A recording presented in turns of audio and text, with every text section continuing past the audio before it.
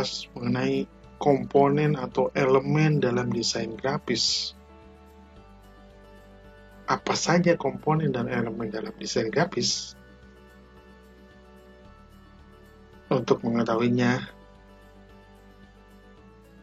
Anda harus tetap konsentrasi mengikuti kuliah kali ini, dan kita lihat di slide berikutnya. Nah, seperti yang saya telah tadi kemukakan, apa sih kira-kira komponen atau elemen desain grafis itu? Ya, di sini ada garis, ada bentuk shape, ada warna, tekstur, cahaya, ada ilustrasi, gambar, ya, ada huruf atau tipografi, ada ruang atau space. Pada pertemuan kali ini kita akan bicara secara global dulu ya. Mungkin pada pertemuan-pertemuan lanjutnya kita akan membahas misalkan tentang warna tersendiri, tentang tipografi tersendiri ya. Terus nanti bagaimana memadukannya ya.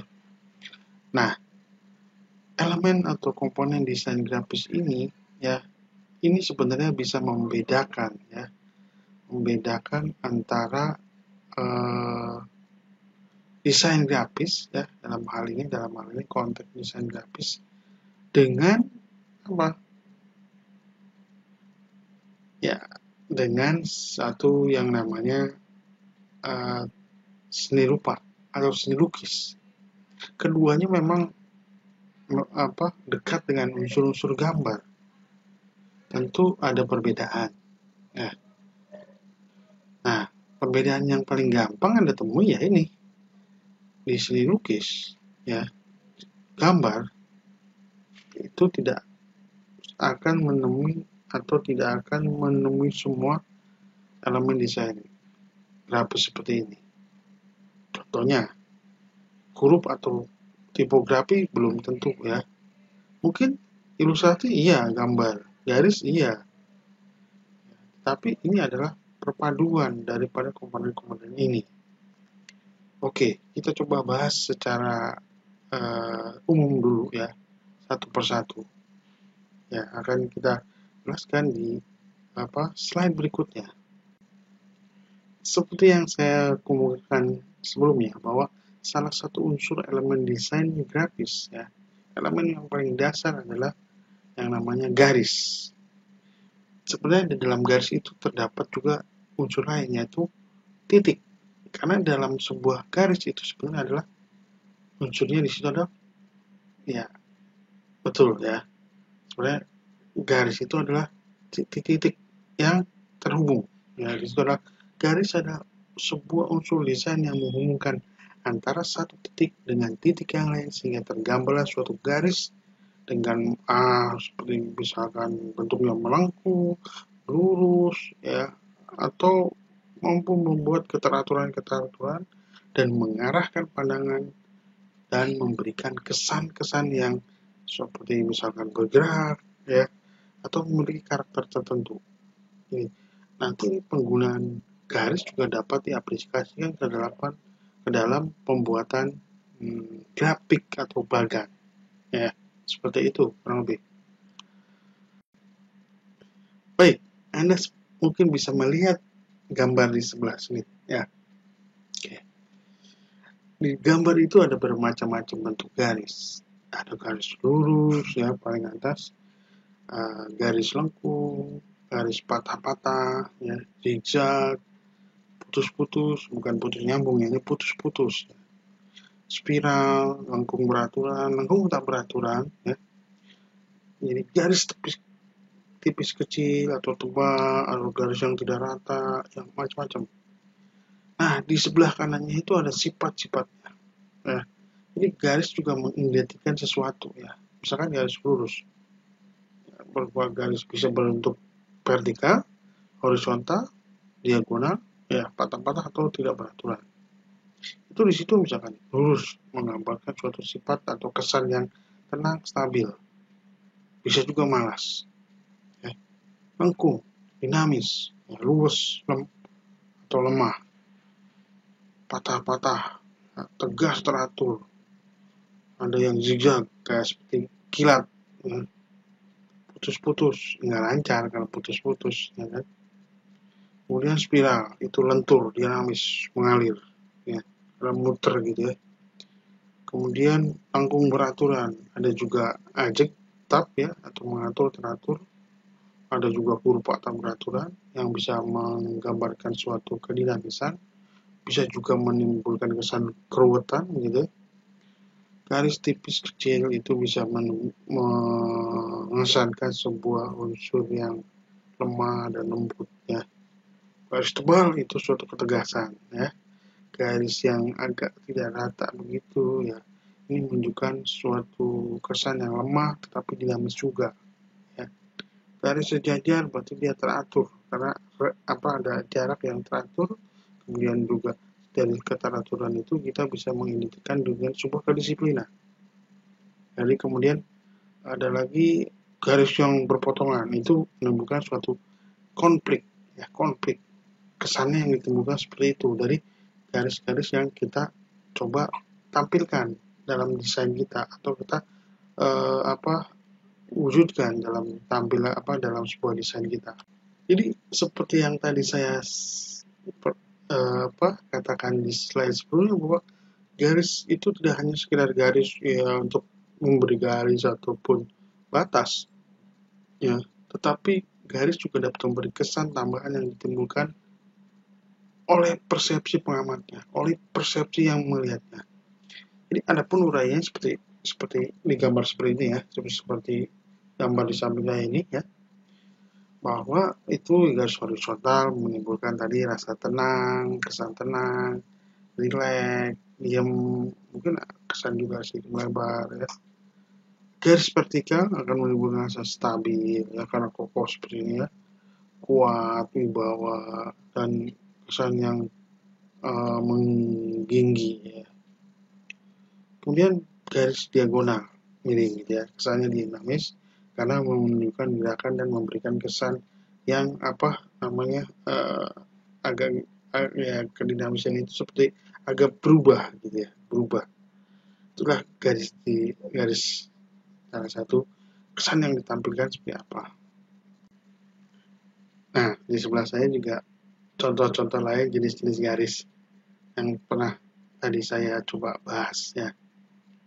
Mungkin di atas ini ada garis apa namanya tuh? Yang di atas. Nah, ya di sini. Ya betul, yang gambar apa? Gambar pantai dan matahari. Betul sekali Anda. Nah, itu menunjukkan sebenarnya adanya suatu garis imajiner. Ya, garis imajiner. Garis imajiner mana?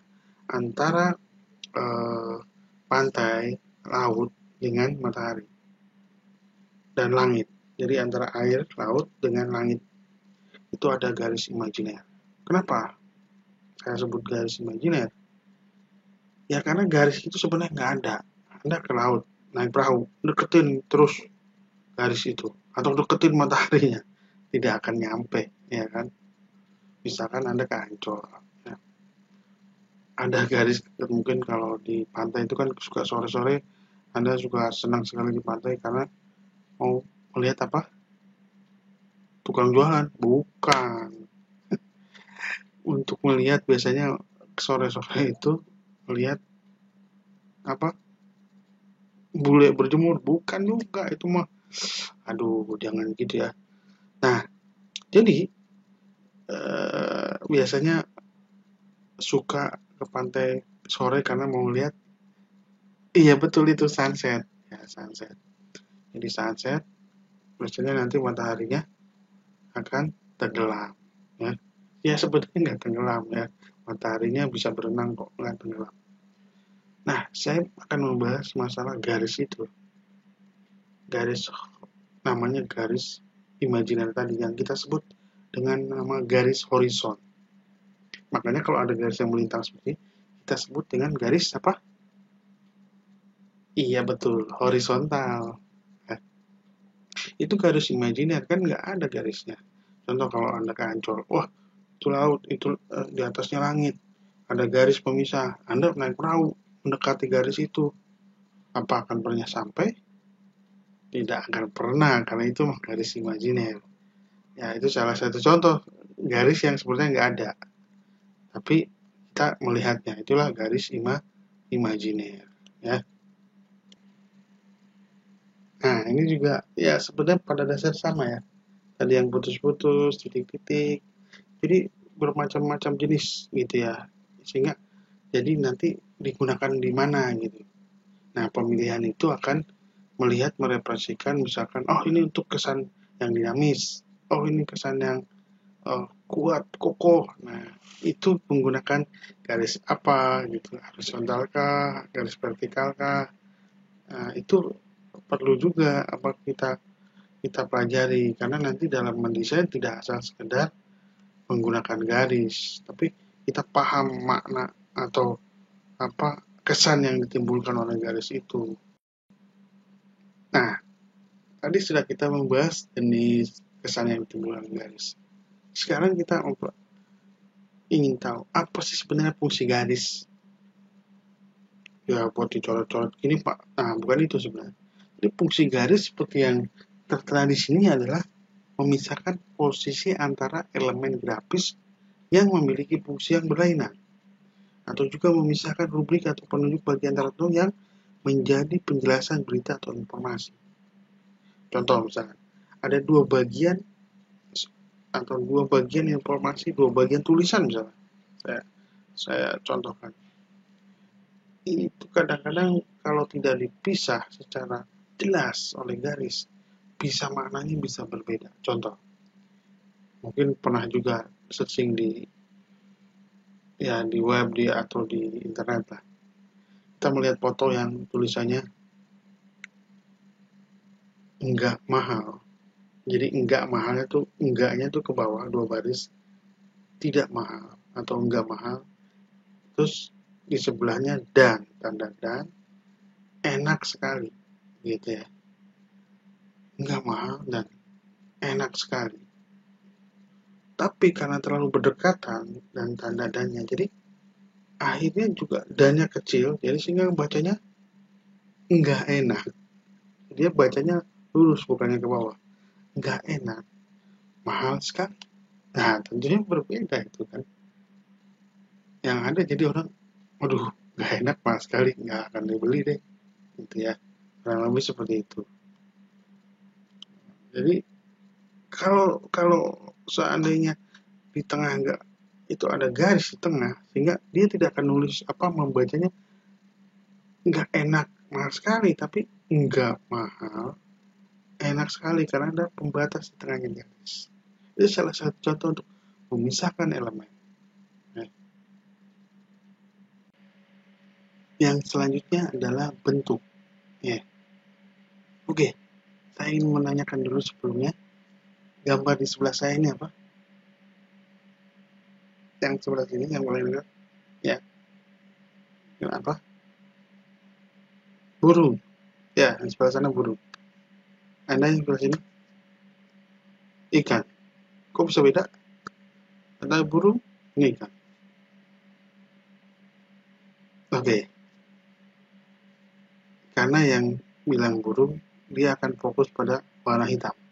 Ya, betul. Kalau yang bilang tadi ikan, dia fokus pada warna putih. Kalau gambar yang di sampingnya, di sebelah sana, gambar apa?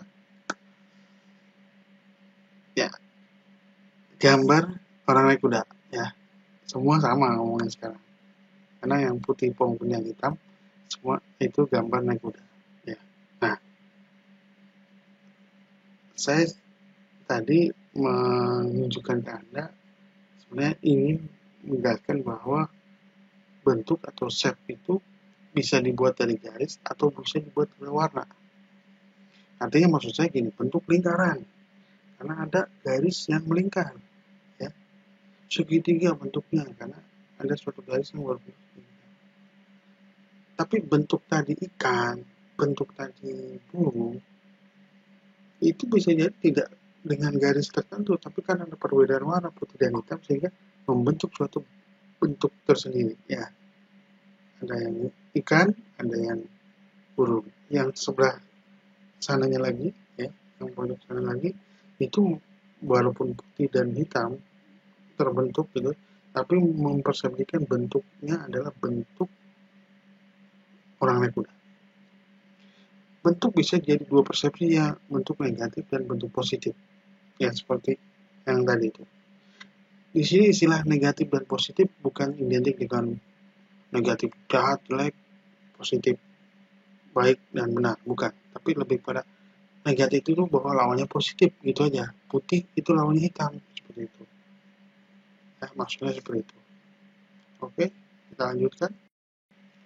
Nah, jadi seperti tadi ya, bentuk juga bisa terbuat atau ya tertampilkan, ya, nggak hanya dari garis tapi dari warna. Jadi bentuk ada sepakat garis yang ditempatkan berkata, kata-kata memiliki diameter, memiliki tinggi dan lebar. Ini merupakan objek dua dimensi berdasarkan sifatnya. Ya, bentuk dapat dikategorikan menjadi tiga, yaitu huruf, simbol, atau bentuk nyata form. Nah, ya, selain itu juga hal ini digunakan untuk sebagai perantara sebuah ide, ya, bentuk-bentuk itu. Ya, ide kotak, ide apa gitu. Nah, intinya ini atap rumah segitiga, gitu kan, seperti itu. Jadi ini buat mengesankan sesuatu bentuk ini. Ini berdasarkan macam-macam bentuk, jadi kita bisa menggolongkan, ya, susunan yang membentuk ruang dibedakan menjadi tiga, yaitu karakter, simbol, dan bentuk itu sendiri. Karakter tadi misalkan bulat, ada tanda bulat, ada kotak, ada kiri kanan, jadi seolah-olah kayak karakter orang. Atau simbol, ya, kotak segitiga itu kan silang seperti ini, panah merah gitu ya. Atau bisa juga menjadi bentuk itu sendiri, ya, segitiga, lingkaran gitu bentuknya. Hanya menggambarkan dirinya sendiri, mungkin tidak ada kesan lainnya. Nah, samping itu fungsi bentuk antara lain adalah tadi untuk menghiasi. Menghiasi apa? Elemen-elemen yang lain. Menghiasi desain.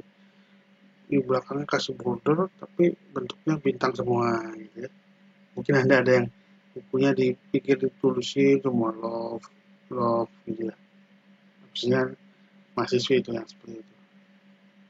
Jadi fungsi bentuk antara lain adalah satu menghiasi, kedua melengkap sebagai pelengkap, ya, melengkapi garis atau kotak gitu, melengkapi atau jadi elemen dasar itu sendiri, ya. Atau nanti sehingga dibuat logo atau dibuat batas pinggir border, ya, seperti itu.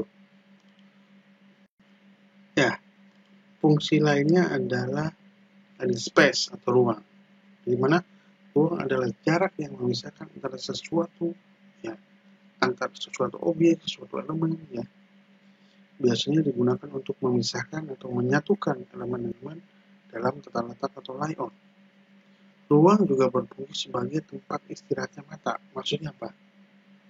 Jadi kalau terlalu crowded, satu desain gitu, satu workout sendiri itu, gambar ini terlalu banyak elemen di situ. Sehingga mata kita capek melihatnya, ruwet, ya, terlalu ruwet gitu. Udah pusing deh gue ngeliatnya gitu kan. Ini dalam bentuk fisiknya mengelilingi ruang digolongkan menjadi dua, yaitu objeknya, figurnya, dan latar belakangnya di baliknya, ya, foregroundnya dan backgroundnya, seperti itu. Nah, ruang ini juga bisa memainkan, atau si perancang desain dapat memainkan ruang yang tersedia pada layar gambar. Jadi permainan ruangan ini juga akan menjadi ilusi pandangan bagi yang melihat desain tersebut. Contoh yang sebelah sini, ya, tuh, itu ilusi, ya, daripada ukuran dan lokasi. Gambar apa itu? Ayam, ya, ayam ceritanya itu. Nah, saya ingin bertanya kepada Anda, melihat gambar yang di atas, yang ayam itu, kesan yang ditimbulkan apa? Apakah wah, ayam yang di atas, yang di pojok atas dengan yang ayam di pojok bawah itu beda ukuran. Yang sono kecil, yang di paling bawah, yang bawah kanan itu yang ayam yang paling besar. Begitu? Bukan, bukan itu. Atau bahwa sebenarnya ayam itu semuanya sama ukurannya, maksudnya besarnya ya, kurang lebih sama gitu ya. Tapi beda jarak. Jarak dengan siapa? Jarak dengan si yang mandang. Kita yang sebagai memandang itu gambar. Pilih mana? Ayam itu beda ukuran, ada yang kecil ada yang besar, atau sebenarnya ayam itu sama, tetapi jarak dengan kita yang melihat itu beda. Ada yang lebih jauh, ada yang lebih dekat. Mana yang Anda persepsikan? Nah, betul, Anda mempersepsikan bahwa sebenarnya ayam sama, Pak. Tetapi jaraknya dengan kita, maksudnya dengan yang melihat itu beda. Yang kiri atas itu berarti yang paling jauh. Yang di sini kanan bawah itu berarti yang apa? Yang paling dekat dengan pandangan kita ya, kita memandang. Nah, itu bisa jadi seperti itu. Ya. Itu kan sebenarnya permainan ilusi. Itu karena ada ruang space dan kemudian ditempatkan secara diagonal, perspektif diagonal. Kemudian yang gambar bawah ini yang jam, ya, kita bisa bertanya bahwa atau saya mau bertanya kepada ini gambar ini mana gambar yang paling dekat dengan kita, benda mana yang paling dekat dengan kita, dan benda mana yang paling jauh dengan kita. Ada yang tahu nggak? Oke. Apa itu? Teh, jelly, bukan. Yang paling dekat dengan kita apa? Jelly, teh, bukan. Yang paling dekat dengan kita di sini menggambarkan bahwa jam atau selai. Ya. Sementara yang paling jauh adalah teh. Kenapa kita berkesimpulan begitu? Bukannya itu sama Pak di situ. Nah, ya, dengan asumsi bahwa itu ada overlapping. Jadi tiap tiap benda itu ditutupi sama benda yang lain sedikit ya, nggak semua, nggak sedikit, tapi sedikit. Terus sampai itu sampai teh. Kalau jam nggak ada yang menutupi, berarti kalau tidak ada yang menutupi dari sini, berarti dia akan menggeser lebih depan sedikit, ya kan? Nah, depan sedikit itu berarti ya lebih dekat dengan kita. Nah, yang sebelahnya, yang bawahnya, ya perspektif ya, linear perspektif. Jadi bukan berarti gambar yang di sono no, yang paling pojok sono jalannya semakin ke sono semakin kecil, bukan. Atau dari lebar ke kecil, bukan. Jalannya sama, tapi ceritanya pakai perspektif menggambarnya. Sehingga ada titik hilang nanti, gitu. Ya. Jadi jalannya tuh sama ukurannya sebenarnya, tapi karena perspektif ke sana, bahwa semakin ke sana semakin jauh, maka ujung gambarnya jadi kecil, betul. Nah, ya, ruang dalam desain grafis atau dalam desain grafis ini ruang ini juga ruang kosong pun diperlukan. Jadi kenapa? Ya tadi tempat istirahatnya mata. Ya. Ruang kosong digunakan untuk menjelaskan atau menegaskan keberadaan persepsi ke dalam jarak sehingga seolah-olah terlihat oleh indera penglihatan mata Anda ya. Objek terasa jauh dan dekat, tinggi atau rendahnya itu bisa dilihat gitu ya. Sehingga dari situ tadi contoh ayam itu kan ada ruang sebenarnya. Sehingga kita harus melihat bahwa sebenarnya sama tapi jarak satu dengan yang lain itu semakin menjauh ke belakang. Tadi seperti saya katakan, ruang digunakan untuk lebih menggunakan sebagai elemen ruang untuk bernapas. Ya, ada space kosong gitu bagi mata pembaca atau audiens dalam mencerna desain. Ya. Oke, itu. Nah, selain ruang, ada lagi komponen atau elemen lain yaitu tekstur. Di sini tekstur adalah kasar halunya suatu permukaan objek. Tekstur pada desain grafis mencerminkan hal tersebut. Jadi kita misalnya kadang-kadang ada kita belum beli meja sebenarnya itu bukan kayu, apa sih serbuk gergaji yang dipres, tapi ini lagi dilapis lagi dan dengan tekstur kayu, ya kan, kayak di Olimpik apa, padahal ketika buka bukan kayu, beda beratnya, tapi sebuah gergaji yang dilapisi dengan semacam triplek gitu yang mengkilat, dan itu motifnya adalah motif kayu, ya seperti itu. Sehingga orang mengidentikan walaupun itu bukan kayu, tapi karena motif tekstur kayu, maka orang akan mempersepsikan di kepalanya itu kayu, padahal bukan.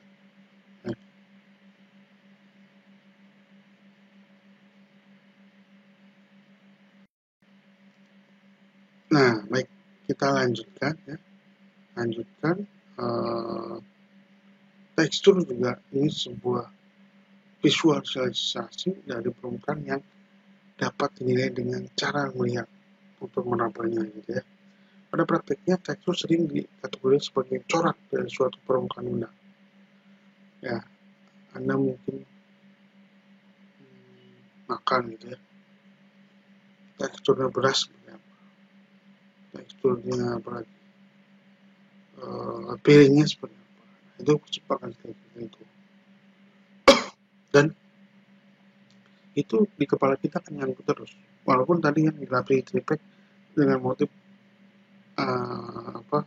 alur kayu, padahal dia cuma lapisan kayak stiker aja. Jadi, tekstur juga dapat menambah dimensi dan kekayaan sebuah layout yang menegaskan suatu atau membawa ke dalam sebuah rasa atau emosi tertentu ya.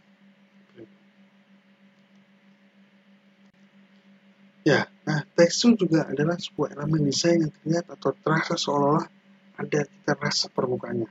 Kasar halus yang dibuat sedemikian rupa sehingga membentuk rupa fisik seperti kusam atau kasar gitu.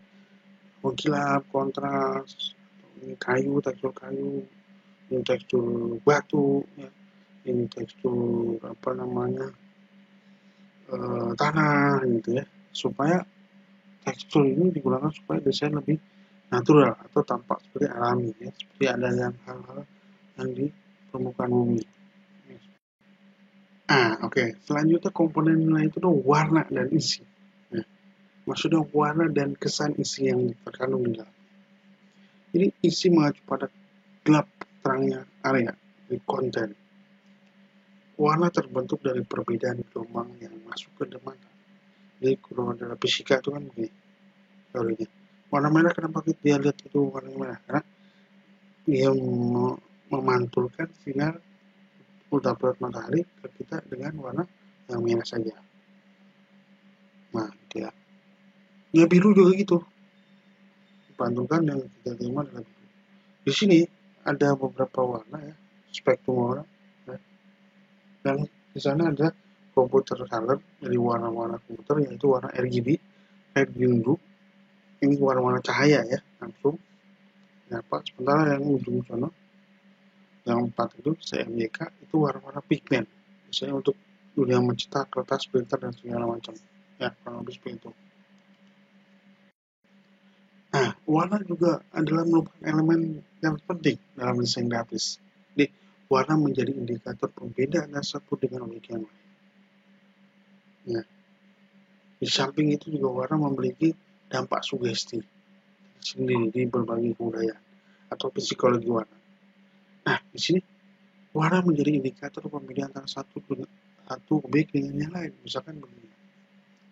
Nah, ini pada cowok-cowok ada cowok kalau mau nyapa atau ya memanggil cewek atau perempuan gitu ya, nggak tahu namanya gimana. Nah, iya ini pengalaman cowok. Kuning, merah gitu, kaos merah. Nah, itu kan mengidentifikasikan. Wah, ada dua perempuan, saya mau manggilnya itu nggak tahu namanya. Pakai bajunya merah, sebut merah gitu. Kuning juga. Nah, itu kan sebenarnya untuk membeda satu objek dengan yang lain. Tapi contohnya itu di orang. Kemudian dari sudut pandang ilmu fisika juga warna dihasilkan dari representasi warna putih yang dihasilkan oleh matahari atau bola lampu pada spektrum prisma.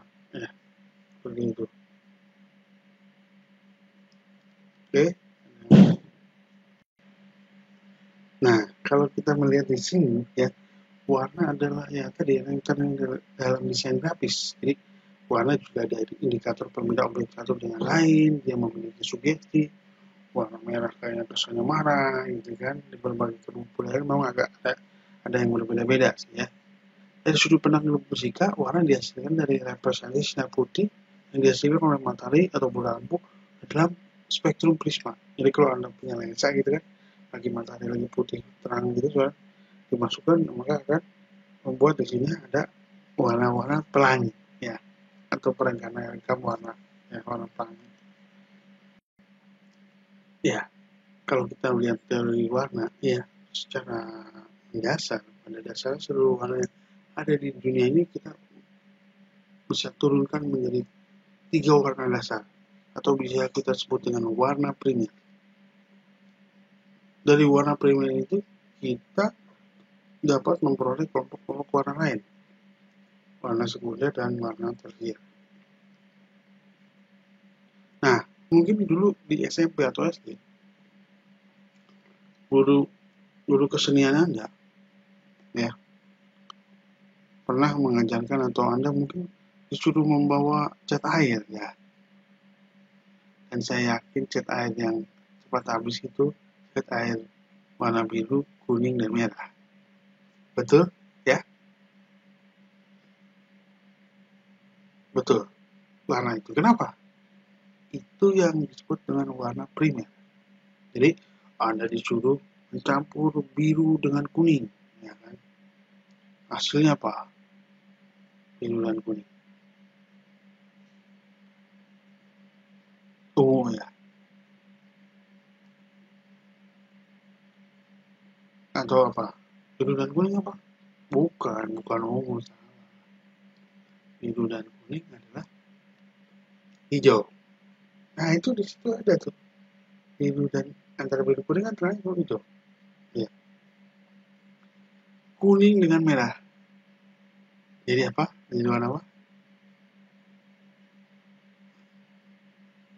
Ungu lagi sih? Bukan.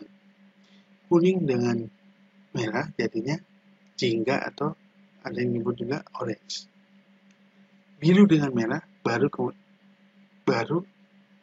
muncul ya ungu tadi. Nah, itu sebenarnya warna yang dihasilkan dari pencampuran warna primer menjadi sebuah warna sekunder yang namanya warna sekunder. Dan nanti sekunder dicampur dengan primer lagi jadi warna tersier. Nah, itu mungkin nanti akan kita pelajari lebih detail di materi selanjutnya tentang warna dan aspek-aspek warna yang beri kesan atau makna apa. Nah, itu akan kita bahas sendiri dalam kuliah sendiri mengenai warna. Nah, tadi kita membahas warna, membahas bentuk, membahas garis, membahas tekstur. Nah, dalam desain grafis kita akan pasti menjumpai dengan yang namanya istilah nirmana. Ya. Ada yang namanya nirmana di sini? Iya. Kalau ada itu hanya kebetulan. Ya. Jadi nirmana adalah pengorganisasian atau penyusunan elemen-elemen visual seperti titik, garis, warna, ruang, dan tekstur ya. Jadi ini merupakan elemen-elemen desain grafis yang tadi yang menjadi satu kesatuan yang harmonis. Nirmana juga dapat diartikan hasil dari angan-angan dalam bentuk wimatra. Bisa juga trimatra yang harus mempunyai nilai keindahan. Ya. Mungkin baru mengenal ya istilah Dwi Matra. Ini adalah istilah dalam bahasa Indonesia untuk 2 dimensi atau 2D. Ya. Jadi Dwi Matra itu bahasa Indonesia daripada 2 dimensi istilahnya. Biasanya ini digunakan di Fakultas Seni Rupa dan Desain ITB menggunakan istilah Dwi Matra. Nah, jadi Anda tahu ya, kalau yang trimatra apa trimatra? Ada yang tahu? Ya, betul. Trimatra adalah 3 dimensi. 3D. Ya. Itu kira-kira. Jadi nirmana juga bisa disebut ilmu tata rupa. Ya, tata rupa. Oke, ya. Kita lanjut coba pada slide berikutnya. Nah, berikut ini di sini di samping saya ini adalah contoh-contoh nirmana. Ya, sebelah sini ada 3. mungkin melihatnya adalah cuma gitu aja, abstrak, ya. Ya memang begitu Nirvana. Tapi di situ ada unsur garis, ada unsur bentuk, ada unsur warna, ada unsur tekstur. Itu sudah menjadi atau membuat kita bisa mengklasifikasikan ini adalah Nirvana, gitu ya. Nanti saya akan perlihatkan lagi contoh-contoh yang lain dari Nirvana. Ya, selain berikutnya tentunya. Oke, nah berikutnya ya. Berikutnya ini juga Nirvana. Seperti ini, Anda bisa lihat ya. Hanya kotak-kotak, gambar, itu pun Nirvana. Jadi, kenapa? Karena ada elemen yang mendesain grafis, tadi garis, bentuk, warna. Ya. Pak, ini nggak ada warnanya, bukan nggak ada warnanya. Ini warnanya hitam dan putih ya. Oke, jadi bisa dipahami ya. Oke, nah sekarang kita Anda bisa melihat sebelah sini ya, itu tugas Anda untuk minggu depan atau dikumpul sebelum minggu depan ya. Artinya kalau Anda sekarang perkuliahan kita Rabu, berarti sebelum Rabu mendatang sudah masuk tugasnya. Kalau Anda perkuliahannya hari Kamis sekarang, berarti sebelum Kamis atau terakhir Rabu malam jam 23.59 harus sudah masuk. Yang hari Rabu berarti ya Selasa malam jam 23.59 harus sudah masuk. Tugasnya apa? Hanya mencari, bukan membuatnya. Ini bukan membuat, mencari contoh-contoh Nirvana. Cukup satu saja. Tetapi saya ingin setiap mahasiswa dalam kelas ini ya berbeda. Jadi ada yang sama. Aduh Pak, takut sama gimana ya kan? Nah, coba Anda pikirkan caranya. Anda sekarang sudah mahasiswa dan bukan anak SMK dan anak SMA lagi. Pasti Anda bisa. Ya, Anda tidak perlu ngirim ke email saya lah ya. Cukup kita kan sudah menggunakan ini Google Classroom sekarang. Jadi Anda masukkan saja ke Google Classroom. Jadi terakhirnya kapan? Itu terakhir sebelum perkuliahan minggu depan. Ya.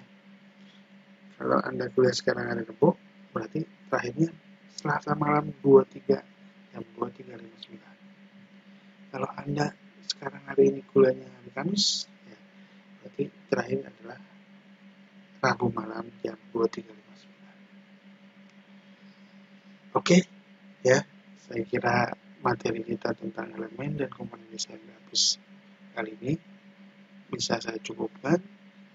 Jangan lupa Anda kerjakan ini tugasnya ya. Akhir kata saya ucapkan wassalamualaikum warahmatullahi wabarakatuh. Sampai jumpa di perkuliahan kita yang akan datang, yaitu tentang prinsip-prinsip desain. Nantikan kuliah kita yang akan datang.